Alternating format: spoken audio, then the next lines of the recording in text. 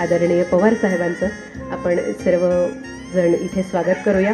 हॉस्पिटलच्या वतीने डॉक्टर अनिल पाटील यांना मी विनंती करते, आदरणीय शरद पवार साहेबांचं स्वागत आपल्या या हॉस्पिटलच्या उद्घाटनाच्या सोहळ्याच्या निमित्ताने त्यांनी आपल्या सगळ्यांच्या वतीने करावं. खासदार श्रीमंत छत्रपती उदयनराजे भोसले, मी डॉक्टर शुभांगी पाटील आपणाला विनंती करते, माननीय खासदार साहेबांचं स्वागत आपण हॉस्पिटलच्या वतीने करावं. डॉक्टर शुभांगी पाटील हॉस्पिटलच्या वतीने स्वागत करतायत माननीय खासदार श्रीमंत छत्रपती उदयनराजे भोसले यांचं. माननीय आमदार श्रीमंत छत्रपती शिवेंद्रसिंह राजे भोसले यांचं स्वागत करायची विनंती मी डॉक्टर शशिकांत पवार आपणाला करते. शशिकांत पाटील MBBS DA हे शिक्षण पूर्ण झाल्यानंतर उभयतांनी 26 जानेवारी 1998 ला राहत्या घरी न्यूरो सर्जरीच्या अत्युच्च शिक्षणासाठी संधी मिळाल्यामुळे डॉक्टर अनिल पाटील 1999 ला सायन हॉस्पिटल. खरं तर मनोगत हे लिहून आणण्याची प्रथा नाही, तरीही मला जे सांगायचं आहे त्याच्यापेक्षा वेगळंच बऱ्याच वेळेला सांगितलं जातं. विशेषतः जेव्हा स्टेजवर तुम्ही एवढ्या मोठ्या डायसवर येता तेव्हा जे बोलायचं आहे ते सोडून किंवा त्यातले फक्त 30-40% सांगितलं जातं. म्हणून मी माझं मनोगत लिहून आणलेलं आहे आणि सर्वांच्या परवानगीनं मी ते वाचून दाखवतो. 13 वर्षानंतर या नवीन रुग्णालयाच्या उद्घाटनानिमित्त मनात अनेक विचारांचे काहूर माजलेले आहे. खरं तर 18 फेब्रुवारी 2016 रोजी यशवंत न्यूरोसर्जरी व ट्रॉमा सेंटर या जुन्या रुग्णालयाचे उद्घाटन भारतातील प्रसिद्ध न्यूरोसर्जन कैलासवासी डॉक्टर भगवती यांच्या हस्ते झाल्यानंतर 6 महिन्यातच ते अपुरे पडू लागले व जागेची कमतरता जाणवू लागली. तेव्हापासून या नवीन रुग्णालयाची धूसर संकल्पना व चित्र मनात आकार घेऊ लागले. ते पूर्ण होण्यास हा 13 वर्षाचा कालावधी लागला. या रुग्णालयाच्या उभारणी मागची खरी प्रेरणा किंवा आस ही 2003 साली न्यूरोसर्जरीची प्रॅक्टिस सुरू केल्यानंतर छोट्या छोट्या कमतरतांमुळे रुग्णांना व आम्हाला पदोपदी कराव्या लागणाऱ्या तडजोडीतून निर्माण झाली. ज्या ज्या गोष्टींची कमतरता जुन्या रुग्णालयात जाणवत होती त्या सर्व कमतरता या नवीन रुग्णालयात दूर करण्याचा जाणीवपूर्वक प्रयत्न केलेला आहे. उदाहरणच द्यायचं झालं तर म्हसवडचा पेशंट जेव्हा मेंदूला अपघातात मार लागून अथवा रक्तस्राव होऊन मणक्याच्या किंवा ब्रेन ट्यूमरच्या शस्त्रक्रियेसाठी 2-2 आठवडे महिना ॲडमिट असे, त्यावेळी त्याला झोपायला सोडाच बसायलाही व्यवस्थित जागा हॉस्पिटलमध्ये उपलब्ध नसे. पण तरीही डॉक्टर आपलं पेशंट बरा करणार आहे या विश्वासावर आशेवर रुग्णालयाच्या पोर्चमध्ये पोत्यावर झोपून राऊंडच्या वेळी मी पेशंटबद्दल काय सांगतो याची वाट पाहत असे. अशा वेळेस माणूस म्हणून असलेला मूलभूत अधिकारसुद्धा आपण त्यांना देऊ शकत नाही याची सल सतत मनावर आघात करत असे. मग अपघातातील तरुण माणूस यशस्वी शस्त्रक्रियेनंतर सुधारत असताना हॉस्पिटल ॲक्वार्ड इन्फेक्शनमुळे त्याची काही वेळेस प्रकृती खालावत असे, तेव्हा तर मला व माझ्या ICU टीमला होणारा दुःखाला पारावार उरत नसे.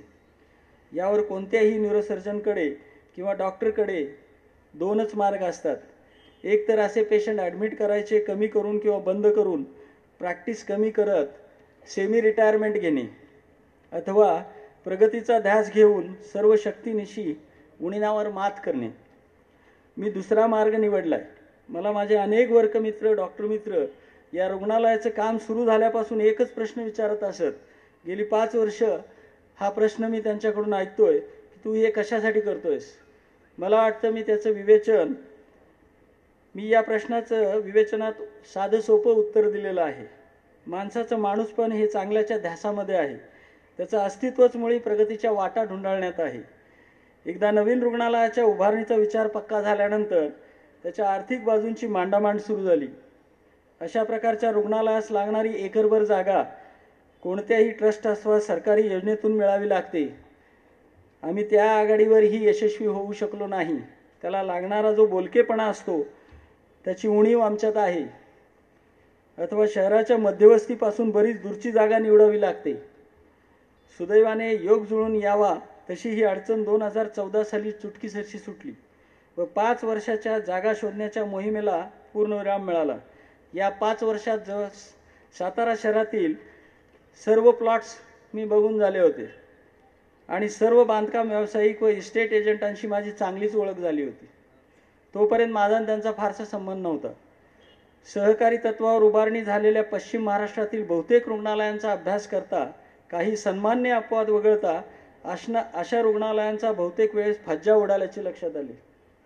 त्याचे कारण निर्णय राबवण्यापेक्षा सहकारी संस्थांमध्ये किंवा कंपनी ॲक्टमध्ये निर्णय घेण्यातच जास्त शक्ती खर्च होते व शेवटी यशापयशाच्या उत्तरदायित्वासाठी कोणच उभा नसतो. त्यामुळे एकलाच चलो रे या उक्तीप्रमाणे 2.5 वर्षे वाटचाल करून रुग्णालय पूर्णत्वास नेले आहे. एखादा कलाकार त्याच्या सर्वोत्तम कलाकृतीकडे ज्या तृप्ततेच्या नजरेने पाहतो व त्यात हरवून जातो, तशी तृप्तता मी गेले आठवडाभर अनुभवतोय. एखाद्या डॉक्टरने अथवा डॉक्टरांच्या चमूने नवीन रुग्णालय बांधलं की ते जास्त व अधिकाधिक पैसे कमवण्यासाठी असं गृहीत धरलं जातं. तसं बोलून जरी दाखवलं नाही तरी समाजाच्या देहबोलीतून ते व्यक्त होत असते. आणि विरोधाभास म्हणजे उद्घाटनाच्या कार्यक्रमात सर्वांना ते डॉक्टरचं खरं खोटं भरपूर कौतुक करावं लागतं. समाजसेवा, समाजाचं देणं, सेवाभावी वृत्ती असे पोकळ शब्द वापरावे लागतात. वस्तुस्थिती अशी आहे की आधुनिक तंत्रज्ञानाचा फायदा रुग्णांना जीवघेण्या अवस्थेतून बरे करण्यासाठी होतो. त्याचबरोबर आजच्या खुल्या अर्थव्यवस्थेत हे तंत्रज्ञान व त्यासाठी लागणारे व्यवस्थापन यासाठी मोठी आर्थिक तरतूद करावी लागते. अशा उपचारांचा भार हा रुग्णांवर पडणे स्वाभाविक असते. हे वास्तव नीटपणे समजून घेतले पाहिजे. परंतु तसे न करता अशी रुग्णालये निव्वळ पैसे उकळण्यासाठीच असतात असे समजणे व डॉक्टर्सने ते फक्त पैसे कमवण्याचे साधन समजणे हे दोन्ही दृष्टिकोन चुकीचेच आहेत. मी व माझ्या टीमच्या वतीने जास्तीत जास्त विवेकपूर्ण रीतीने उपचार करण्याची व रुग्ण बरे करण्यासाठी काम करत राहण्याची हमी देतो. सरते शेवटी या 18 वर्षाच्या पळापळीत माझे सर्व कुटुंबीय व विशेषतः माझ्या पत्नीची मोलाची साथ लाभली. उद्यापासून हा नवीन प्रवास माझे रुग्णालयीन कर्मचारी, सहकारी डॉक्टर्स, रुग्ण व रुग्णाचे नातेवाईक यांच्या साथीने सुरू होत आहे. तत्पूर्वी मी सर्वांसमोर सार्वजनिक माफी मागतो. माफी यासाठी की कोणत्याही डॉक्टरला व विशेषतः सर्जनला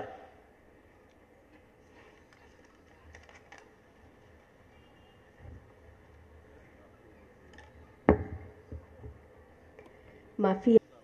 श्री शरद पवार आणि इतर, मला खूप आनंद होतोय की अनिल पाटीलनी मला उद्घाटन सोहळ्यासाठी इथे बोलवलं. मी न्यूरोसर्जरी 75 साली केली. त्या काळी CT स्कॅन नव्हता, MRI नव्हता. आम्ही एकदम क्रूड अशी सर्जरी करत होतो. आता आपण ऐकलं त्यांच्याकडे काय काय साधनं आहेत. CT स्कॅन, MRI तर आहेतच, पण जी ॲक्च्युअल सर्जरीसाठी जी लागतात त्याच्यात मुख्य म्हणजे न्यूरो नॅव्हिगेशन.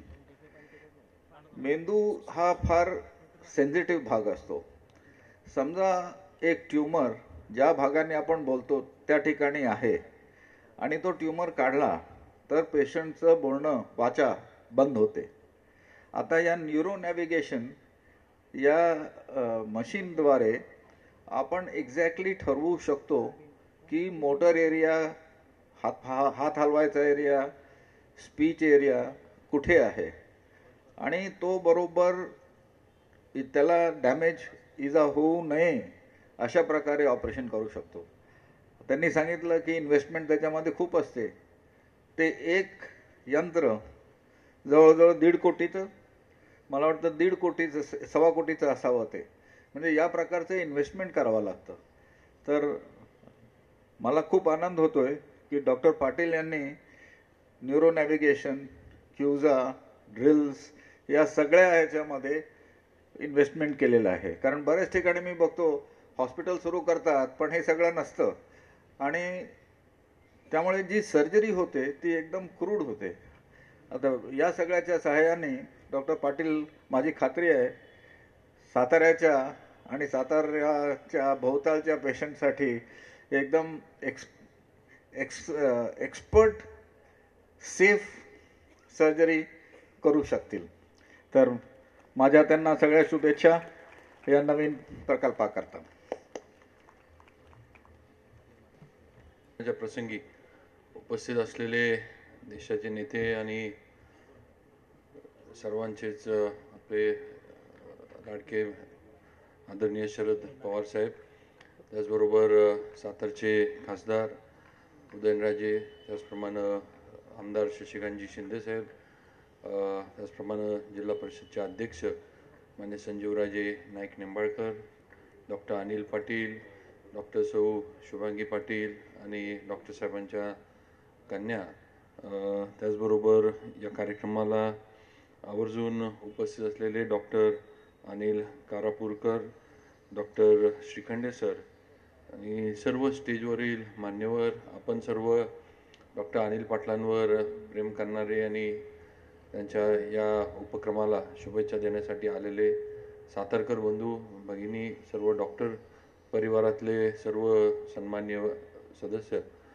आज या ठिकाणी डॉक्टर अनिल पाटलांच्या प्रयत्नातनं आज अतिशय सुसज्ज असं न्यूरोच्या बाबतीमध्ये, न्यूरो सर्जरीच्या बाबतीमध्ये सुसज्ज असणारं हॉस्पिटल यशवंत हॉस्पिटल पवार साहेबांच्या हस्ते उद्घाटन होऊन आज रुग्णांच्या सेवेसाठी सज्ज झालेलं आहे. आज खरं म्हणजे या कार्यक्रमाला पवार साहेबच आले पाहिजेत ही डॉक्टर साहेबांच्या वडिलांची इच्छा होती, त्यांचा हट्ट होता की हॉस्पिटलचं उद्घाटन करायचं तर शरद पवार साहेबांच्या हस्तेच करायचं. कारण रयत शिक्षण संस्थेमध्ये अनेक वर्ष काम केल्यामुळं पवार साहेबांचा रयतशी असणारा जे संबंध किंवा जे नातं आहे सगळ्या ह्याच्यामुळं त्यांची एक इच्छा होती की हे उद्घाटन साहेबांच्या हस्ते झालं पाहिजे आणि साहेबांनी हा वेळ दिला. त्यांच्या गडबडीच्या ह्याच्यामध्ये केवळ या एका कार्यक्रमासाठी साहेब पुण्यावरनं सातारला आलेत आणि परत ते जाणार आहेत हे आपण सर्वांनी लक्षात घेतलं पाहिजे. आज आपल्या म्हणजे ग्रामीण भागातल्या मुलांना, डॉक्टरांचं मूळ गाव सांगली हे भिलवडी आहे आणि शेतकरी कुटुंबातला मातीशी संबंध असणारा मुलगा आज डॉक्टर झाला आहे. साताऱ्यातलं मला वाटतं न्यूरो सर्जरीमधलं सगळ्यात टॉपमोस्ट असं नाव किंवा एकमेव नाव जर घेतलं तर डॉक्टर अनिल पाटलांचंच घेतलं जातं, ही वस्तुस्थिती आहे. आणि आज सुसज्ज असं हॉस्पिटल त्यांनी आपल्या सातारकरांसाठी सुरू केलेलं आहे. नक्कीच डॉक्टर साहेब थोडे भावूक पण आहेत हे आपण बघितलं. म्हणजे जरी सर्जन असले तरी नक्कीच हळव्या मनाचे आहेत, पण सर्जन चांगले आहेत. डॉक्टर साहेब तुम्ही जरी म्हटला असला किंवा बाकीच्यांनी जरी सांगितलं असलं की डॉक्टर खोऱ्यानं पैसे ओढतात असं लोक म्हणतात, पण अनिल पाटलांच्या बाबतीमध्ये मी सांगू शकतो की अगदी काही पेशंट असे पण होते की ज्यांची परिस्थिती नव्हती, पण परळी भागातल्या काही पेशंटचे ₹1 डॉक्टर साहेबांनी त्यांच्याकडनं घेतला नाही. त्यांचे ऑपरेशन करून त्यांना इथनं जाऊन दिलं हे मी स्वतः बघितलेलं आहे. आणि म्हणून आज अशा पद्धतीनं आणि कुठेही कधीही फोन केला तरी डॉक्टर साहेब आपल्या पेशंटसाठी म्हणा किंवा जे काय असेल त्यासाठी हजर असतात. ह्याचा अनुभव अनेकांनी घेतलेला आहे. आणि म्हणून नक्कीच डॉक्टर साहेब अनिल पाटलांना सातारकरांच्या शुभेच्छा आहेत, आमच्या शुभेच्छा आहेत. आज पवार साहेबांचा आशीर्वाद या हॉस्पिटलला लाभलेला आहे. त्यात यशवंत नाव आहे या हॉस्पिटलचं, ते पण आहे. कारण या सातारा जिल्ह्याची पण ओळख यशवंतराव चव्हाणांपासून आहे. त्यामुळं नक्कीच डॉक्टर साहेब या हॉस्पिटलमध्ये म्हणजे यश आपल्याला चांगल्या पद्धतीनं लाभलंच याबद्दल आम्हाला कोणाला शंका नाही.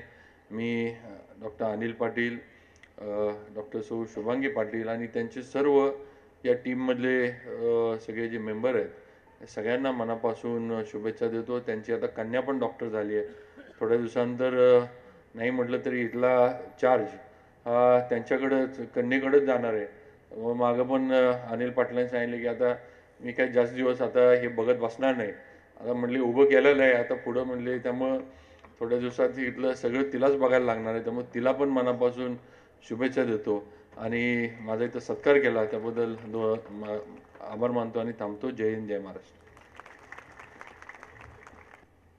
अनिल पाटलांच्या आणि त्यांच्या संपूर्ण टीमच्या माध्यमातून उभारण्यात आलेल्या यशवंत हॉस्पिटलच्या उद्घाटनाकरता आवर्जून आशीर्वाद देण्याकरता उपस्थित असलेले आदरणीय पवारसाहेब, सातारचे आमदार शिवेंद्रराजे, कोरेगावचे आमदार शशिकांत शिंदे, या व्यासपीठावरती आवर्जून या ठिकाणी आशीर्वाद देण्याकरता उपस्थित असलेले सिनियर डॉक्टर अनिल कारापूरकर, त्याचबरोबर डॉक्टर श्रीखंडे सर आणि संपूर्ण या यशवंत हॉस्पिटलचा स्टाफ, उपस्थित सर्व आपण या ठिकाणी या कार्यक्रमाकरता आवर्जून असलेले सर्व मान्यवर आणि पत्रकार बंधूंनो, मगाशी अनिल पाटलांनी त्यांच्या मोजक्या शब्दांमध्ये त्यांच्या जीवनाची वाटचाल कशी सुरू झाली याबद्दल त्यांच्या मनोगतात त्यांनी सांगितलं. फार जवळनं अनिल पाटलांना मी बघितले, माझे जवळचे मित्र सुद्धा आहेत.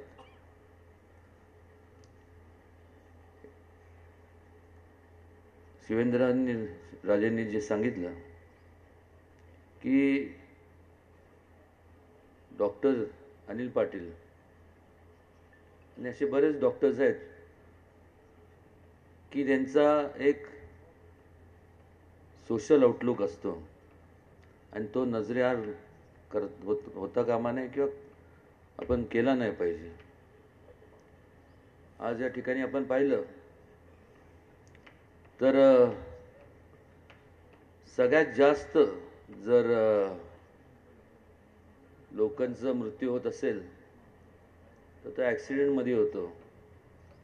म्हणजे सीमेवरती देखील ज्या जवानांचा मृत्यू होतो त्याच्या कित्येक पटीने या संपूर्ण रोड ॲक्सिडेंट्स किंवा वेगवेगळ्या ॲक्सिडेंट्समध्ये जी संख्या पाहिली तर त्या प्रचंड मोठी आहे. आणि एक चांगल्या प्रकारचं एक सुपर स्पेशालिटी हॉस्पिटलची सातारला गरज होती. या अगोदर अनिल पाटील यांचा दवाखाना होता पण जागा अपुरी होती.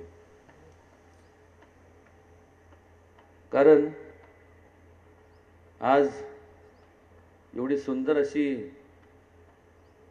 ही वास्तू त्यांनी जी उभी केली आहे, तब्बल 100 बेडचं हॉस्पिटल आहे. आणि मला वाटते पश्चिम महाराष्ट्रात कुठं नसेल असं लेटेस्ट MRIचं 1.5 टेस्लाचं मशीन आहे. त्याचबरोबर ॲडव्हान्स नॅव्हिगेशनचं मशीन त्यांनी आणलेलं आहे. हे सांगणं गरजेचं याच्याकरता आहे कारण लोकांना माहिती पाहिजे, जेणेकरून कुठल्याही प्रकारचा ट्रॉमा किंवा ॲक्सिडेंट भविष्यकाळात खरं तर होऊ नये, पण चुकून झाला तर आज पुणे मुंबईला जायची काही आवश्यकता नाही आहे. आपल्या इथं अनिल पाटील आणि त्यांच्या संपूर्ण टीमचं सुसज्ज असं यशवंत हॉस्पिटल या ठिकाणी आहे. आणि मला खात्री आहे की त्या ह्या हॉस्पिटलच्या माध्यमातून येणाऱ्या प्रत्येक रुग्णाला त्यांच्या संपूर्ण व्यवस्थित ट्रीटमेंट दिली जाईल. मात्र आपण एक विचार करणं गरजेचं आहे. अलीकडच्या काळात एक फॅशन झाली आहे आणि ती तितकीशी योग्य नाही म्हणण्यापेक्षा त्याचा मी निषेध करतो. प्रत्येकाला वाटतं की जेव्हा आपण एखादा रुग्ण आपलं पेशंट घेऊन येतो तो पेशंट बरा व्हावा अशी त्यांच्या कुटुंबाची जरी भावना असली आणि डॉक्टरांची जरी असली, पण त्याला इम्पॅक्ट किती झाला आहे, त्याची जखम किती आहे आणि त्यामुळं प्रयत्न हेच डॉक्टर करू शकतात. पण जर मोठ्या प्रमाणात जर इम्पॅक्ट झाला असेल तर शेवटी नशिबाचा भाग आहे. अशा वेळेस अनेकदा आपण वाचतो की लोक जमाव जमतो आणि कोणीतरी मग पुढाकार घेतो, हॉस्पिटलची नासधूस करतात, त्याचबरोबर डॉक्टर आणि त्यांच्या स्टाफला मारहाण करतात. हे कुठंतरी आपण आता थांबलं पाहिजे.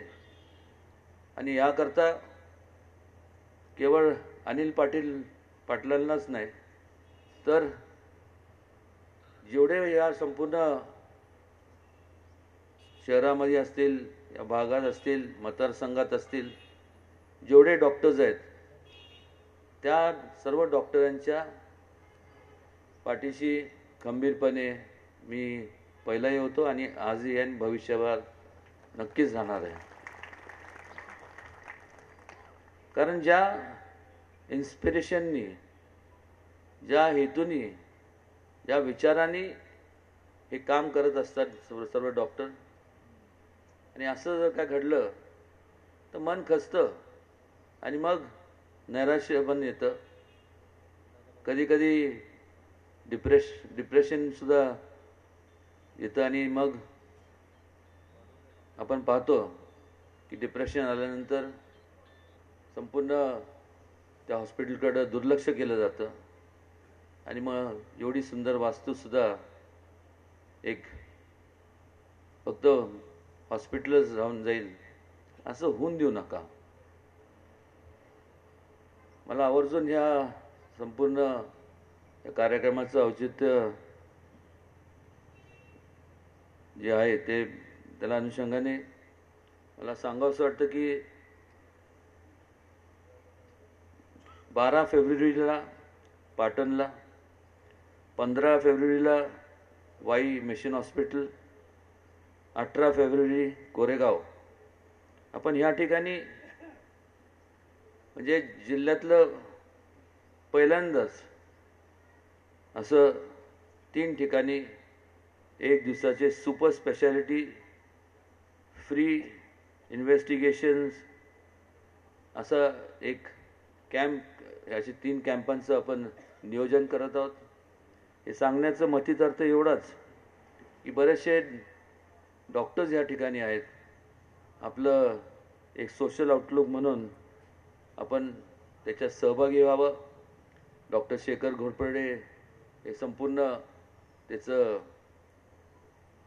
नियोजन करत आहेत. मी त्यांना सांगेन म्हणजे ते आपल्याकडे येतील आणि आपला सहभाग असणं हे अत्यंत गरजेचं आहे. आणि हे करण्यामागचं कारण एवढंच आहे की जे दुर्गम भागातले लोक आहेत, ज्यांना असे प्रकारचे त्या लोकांना ह्या सुपर स्पेशालिटी कॅम्पचा फायदा व्हावा. कमीत कमी खर्चामध्ये, म्हणजे तसं पाहायला गेलं तर 0 खर्चातच संपूर्ण हे कॅम्प्सचं आम्ही नियोजन केलेलं आहे. आज या ठिकाणी मला या ठिकाणी अनिल पाटलांनी आणि त्यांच्या सर्व टीमनी मला निमंत्रित केलं आणि आपल्या या निमंत्रणामुळं पवारसाहेबांचा आणि सर्व मान्यवरांचा सहवास लाभला. मी स्वतःला धन्य झालं असं मी समजतो आणि ईश्वरचरणी प्रार्थना करतो की जास्तीत जास्त मोठ्या प्रमाणावर अनिल पाटील आणि त्यांच्या संपूर्ण टीमच्या माध्यमातून जास्तीत जास्त ह्या हॉस्पिटलचं नावलौकिक व्हावं आणि अजून ह्या हॉस्पिटलचा मोठ्या प्रमाणात विस्तार व्हावा, जेणेकरून बाकीच्या जिल्ह्यातनं सुद्धा लोकांनी इथे यावं आणि डॉक्टरांच्या सेवेचा, त्यांच्या संपूर्ण इन्व्हेस्टिगेशनचा सर्व लाभ घ्यावा. एवढंच या प्रसंगी इच्छा व्यक्त करतो आणि व्यक्तिशः माझ्या वतीने डॉक्टर साहेब, त्यांच्या सविध पत्नी, त्यांच्या मुलीला, त्यांच्या सर्व कुटुंबियांना आणि त्यांच्या सर्व टीमला मनापासून शुभेच्छा देतो. धन्यवाद. थँक्यू. जय हिंद, जय महाराष्ट्र. संसदेतले माझे सहकारी खासदार राजे भोसले, आपल्या सगळ्यांच्या महाराष्ट्राच्या विधिमंडळाचे प्रतिनिधी शिवेंद्रसिंहराजे भोसले, शशिकांत शिंदे यांनी या ठिकाणी डॉक्टर पाटील आणि सौ पाटील यांच्या या उपक्रमाला मनापासून आशीर्वाद दिला. ते doctor Shrikhande, doctor Karabhorkar, doctor Anil Patil, doctor सौ शुभांगी पाटील, अन्य सगळे मान्यवर आणि उपस्थित सहकारी बंधू भगिनींना, तरुण मित्र, एका चांगल्या कार्यक्रमाच्या निमित्तानं आज आपण या ठिकाणी उपस्थित आहोत. रुग्णाची सेवा करण्याच्यासाठी आधुनिक सुविधा हिची गरज असते आणि त्या गरजेची पूर्तता यशवंत हॉस्पिटलमध्ये करण्याच्या संबंधीचा उपक्रम डॉक्टर अनिल पाटील आणि त्यांच्या कुटुंबियांनी हातामध्ये घेतला. एक आधुनिक साधनासह हॉस्पिटल या ठिकाणी उभं केलं आणि मला मोठी गंमत वाटली त्यांचं भाषण ऐकल्याच्या नंतर. त्यांनी सांगितलं की शक्यतो या हॉस्पिटलमध्ये यायचा प्रसंग तुमच्या येऊ नये. मी त्यांना आधी विचारलं होतं की एवढं मोठं हॉस्पिटल उभं केलं, बँक कोणती आहे तुमची आणि बँकेचं काय घेतलं आहे तुम्ही? कारण मोठी हॉस्पिटल उभी करतात, बँकेची मोठी मदत घेतात आणि नंतर बँकेचा हप्ता देण्याच्यासाठी त्यांचं सगळं लक्ष रुग्णांच्यावर असतं. पण त्यांनी सांगितलं की मी काय बँकेचं ओझं घेतलेलं नाही. जे काही आयुष्यभर कष्ट केले त्या कष्टातून साठवण केली आणि त्या साठवणीतून हे हॉस्पिटल मी या ठिकाणी उभं केलं आहे. त्यामुळे बँकेचा बोजा माझ्यावर फारसा नाही आणि बँकेचा बोजा नसल्यामुळं रुग्णावर सुद्धा काही फारसा बोजा पडणार नाही याची त्यांनी काळजी घेतलेली आहे. आणि हा दृष्टिकोन त्यांनी घेतला त्याबद्दल त्यांचं मी खऱ्या अर्थानं अभिनंदन करतो. त्यांनी या ठिकाणी 3-4 गोष्टीची सुविधा केलेली आहे आणि जे सांगितलं आता उदयनराजेंनी की आता आपल्याला काही पुणे, मुंबई, मिरज या ठिकाणी जाण्याचा शक्यतो प्रसंग येऊ नये आणि या सुविधा इथं असल्यामुळे साहजिकच त्याचा लाभ आपल्यापैकी जे गरजवंत असतील त्या गरजवंतांना घेण्याच्या बद्दलची स्थिती या ठिकाणी त्यांनी निर्माण केलेली आहे. हॉस्पिटलच्या कार्यक्रमाला गेल्याच्या नंतर मला अनेक वेळेला अनेक गोष्टीची आठवण होते. डॉक्टर, तुम्ही स्पेशलिस्ट आहात, तुम्ही मल्टीपर्पज हॉस्पिटल या ठिकाणी काढलं आहे. मल्टीपर्पज हॉस्पिटल असतं पण मल्टीपर्पज किंवा त्या व्याख्येत बसणारा पेशंटही महत्त्वाचा असतो आणि तो पेशंट मी आहे. आणि त्याचं कारण मी गावाचा कॅन्सरला तोंड दिलं, त्यामुळे डॉक्टरांनी सांगितलं सगळे दात काढले पाहिजेत. त्यामुळे त्यांनी दात माझ्या घशात घातले, तेही मी सहन केलं. एक दिवशी डॉक्टरांनी सांगितलं की तुम्हाला स्टेन बसवायची गरज आहे. म्हणजे काय बसवायचं ते बसवा, स्टेनही बसवला. एकदा कुठतरी असाच पडलो आणि फ्रॅक्चर झाली, त्यामुळे इकडे कमरेच्या खाली रॉड बसवलेला, त्यामुळे तेही मी सोसतो. आणि मध्यंतरी आपल्या शरीरातलं अशुद्ध रक्त खाली जातं, नंतर पायापासून वर येतं, त्या वेनमध्ये काहीचे अडथळे आले म्हणून सांगितलं. त्यावेळीसुद्धा उपाययोजना मी करतोय आणि त्यामुळे तुम्ही स्पेशालिस्ट आहात, मी स्पेशालिस्ट आहे. आणि स्पेशालिस्ट नुसता नाही, या सगळं मी मात करून आपलं काम करत असतो. आणि त्यामुळे साहजिकच मल्टीपर्पज या ठिकाणी गेल्याच्या नंतर मला मनापासून आनंद होतो की आपलंच घर आहे, आपल्यासारख्यांच्यासाठी सुविधा आहे. सुदैवाने रस्त्यावर आहे, सातारा रोड आहे आणि माझा अधिक प्रवास या भागामध्ये असतो, विशेषतः सातारमध्ये असतो. आणि त्यामुळे साहजिकच मला अतिशय आनंद आहे की एक चांगलं हॉस्पिटल या ठिकाणी त्यांनी काढलं.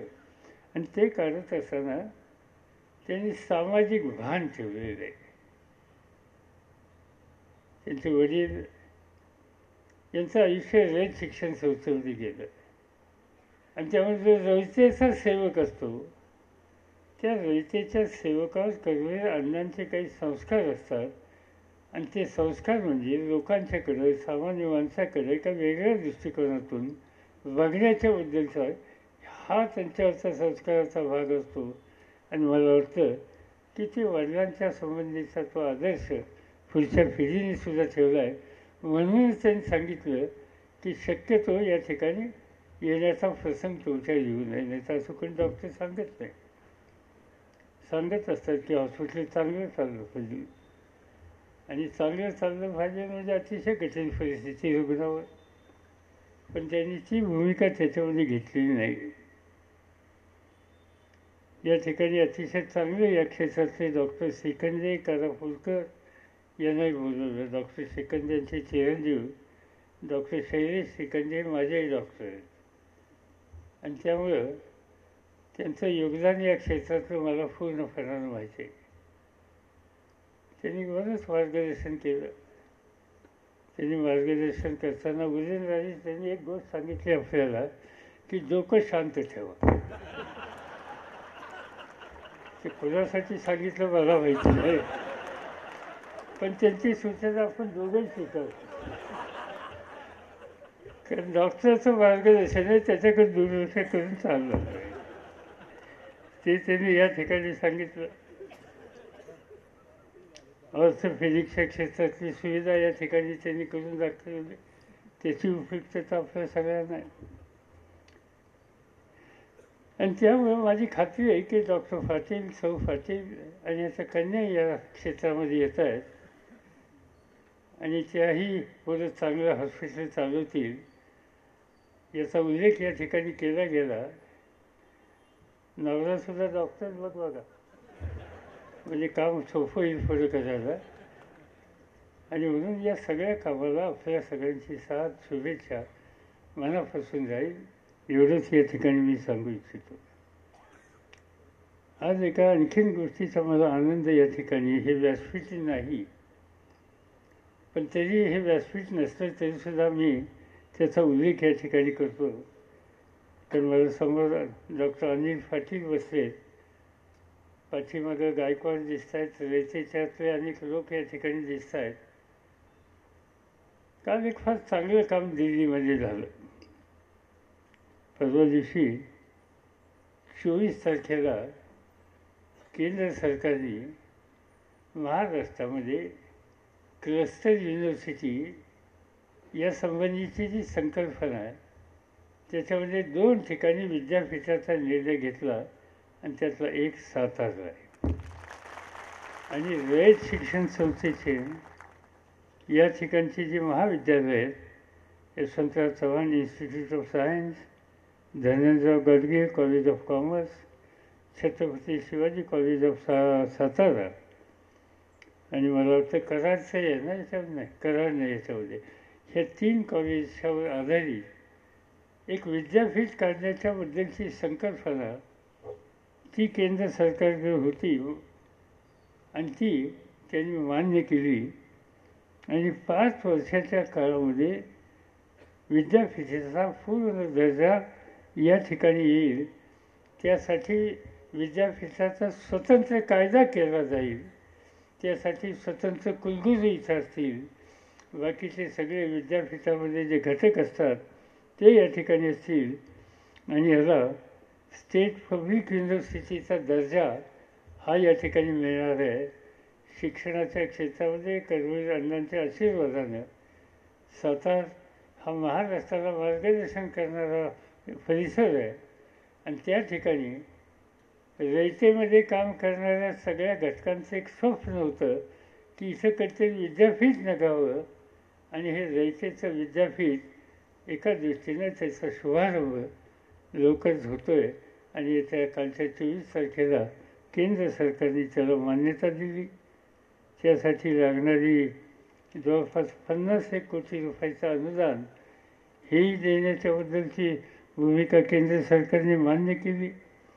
आणि त्याशिवाय आणखीन काही कॉलेजेसला अर्थसहाय्य करण्याच्याबद्दलची भूमिकासुद्धा ही केंद्र सरकारने घेतली. ज्याच्यामध्ये मला वाटतं कराडचं कॉलेज आहे, त्यांना 5 कोटी रुपयाचं अनुदान आहे. आणखीन काही कॉलेजेसला 3 का 4 कॉलेज, आणखीन किती, आणखीन 2 कॉलेजला 5-5 कोटीचं अनुदान केल्याचा केंद्राने निर्णय घेतलेला आहे. आणि ही एक जी इच्छा होती सगळ्या रयतेमध्ये काम करणाऱ्या सहकाऱ्यांची, की आपण विस्तार केला, पण आता आपण गुणवत्ता वाढीच्यासाठी त्याची उंची वाढवण्याच्यासाठी काळजी घेऊ. आणि त्या दृष्टिकोनातून जे धोरण आज देशाच्या पातळीवर घेतलं जातं आहे त्याचा लाभ सातारला करण्याच्या दृष्टीनं एक महत्त्वाचा निर्णय कालच्या 24 तारखेला झाला आहे. हा अतिशय एक आनंदाची गोष्ट आहे. आणि हे काम या ठिकाणी उत्तम रीतीनं आपण करूच. आणि शिक्षणाच्या क्षेत्रामध्ये सुद्धा सातारचं नाव आणखीन वाढेल कसं याबद्दलची आपण काळजी घेऊ. मला आणखीन एका गोष्टीचा आनंद आहे. मी डॉक्टर पाटलांना विचारलं की तुमचं गाव कोणतं? त्यांनी सांगितलं भिलवडी, वांगी भिलवडी. वांगी भिलवडी म्हणजे आता जरी सांगली असलं तर एकेकाचा तो सातारा जिल्हाच. त्या सातारा जिल्ह्याचे 2 जिल्हे झाले, दक्षिण सातारा, उत्तर सातारा. नंतर सांगली झाला, वेगळा झाला, पण मूळ जो जिल्हा आहे तो सातारा जिल्हा आहे. आणि त्यामुळे ते सातारकरच आहे. आणि त्यांनी सगळं काम या ठिकाणी करायचा निर्णय घेतला. याचा अर्थच आहे की सातारकर म्हणून त्यांना अतिशय आस्था साताऱ्याच्या संबंधीची आहे. आणि त्यामुळेच हे हॉस्पिटल या ठिकाणी हे केलेलं आहे. भिलवडी, वांगी ही गावं स्वातंत्र्याच्या चळवळीत अतिशय मोलाची कामगिरी करणारी आहेत. त्या सबंध कालखंडामध्ये नाना पाटील असोत, जी बापू असोत, अनेकांची नावं त्या ठिकाणी घेता येतील, वसंतदादा असोत, या सगळ्या घटकांनी स्वातंत्र्याच्यासाठी परकीयांना घालवण्याच्यासाठी अतिशय कष्ट केले, त्याग केला, तुरुंगात पत्करला, असा हा सगळा परिसर. कधी कधी मला गंमत वाटते या सगळ्या भागात. मी अनेकदा बोललो आहे सुद्धा की इथली आमची सगळी माणसं मोठी चमत्कारिक माणसं आहेत. ही काही साधी सुधी नाहीत.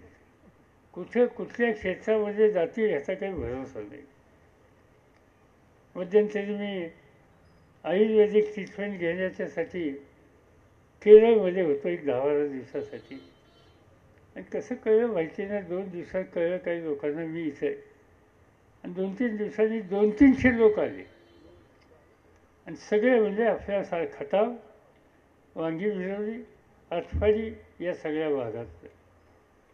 म्हणजे काय काढलं इकडे, काय करतात तुम्ही? म्हणजे सोनं गाळतो.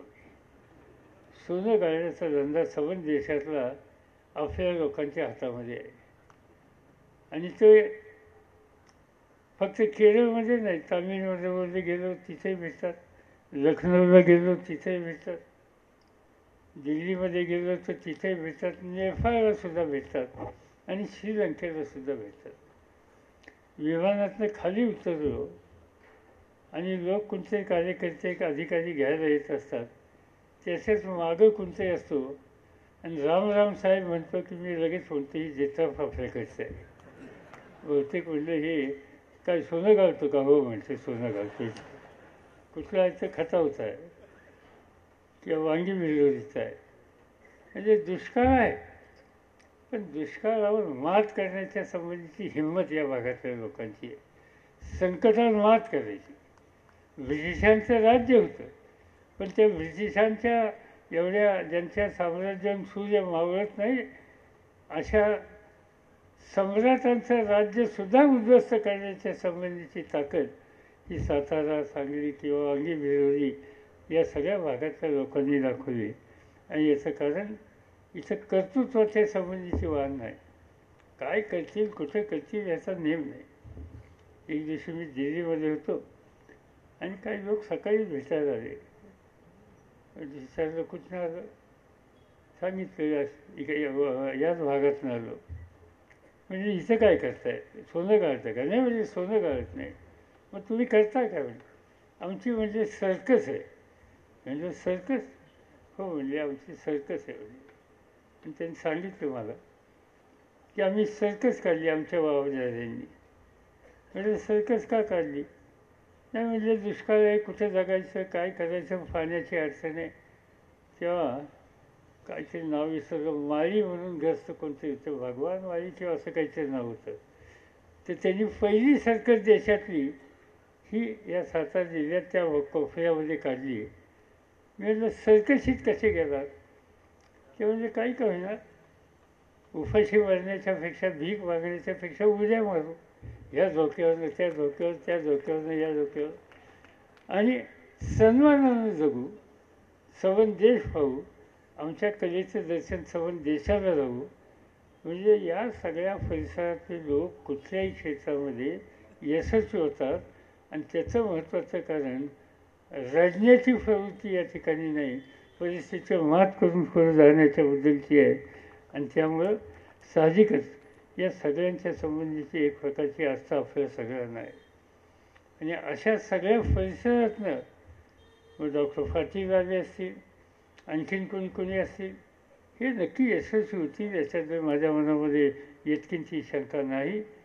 आज तशा प्रकारचं काम एक कसलाही पेशंट, कितीही अवघड अशा प्रकारचा पेशंट असला तरी हार खायची नाही, ही सवय, ही वृत्ती या भागातल्या सगळ्या घटकांच्यामध्ये आहे.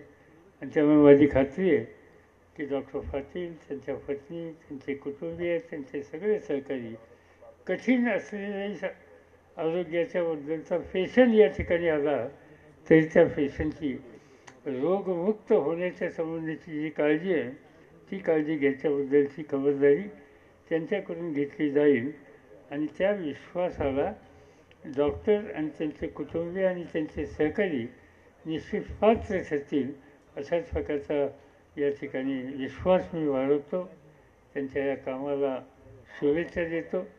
पेशंट लवकरात लवकर बरं करण्याच्या संबंधीचं त्यांचं जे कसब आहे त्या कसबाच्या संबंधीचा स्वीकार इतरांनी सुद्धा करावा आणि रुग्णांना अधिक मदत करावी अशाच प्रकारची अपेक्षा या ठिकाणी व्यक्त करतो आणि माझे 2 शब्द संपवतो. जय हिंद, जय महाराष्ट्र.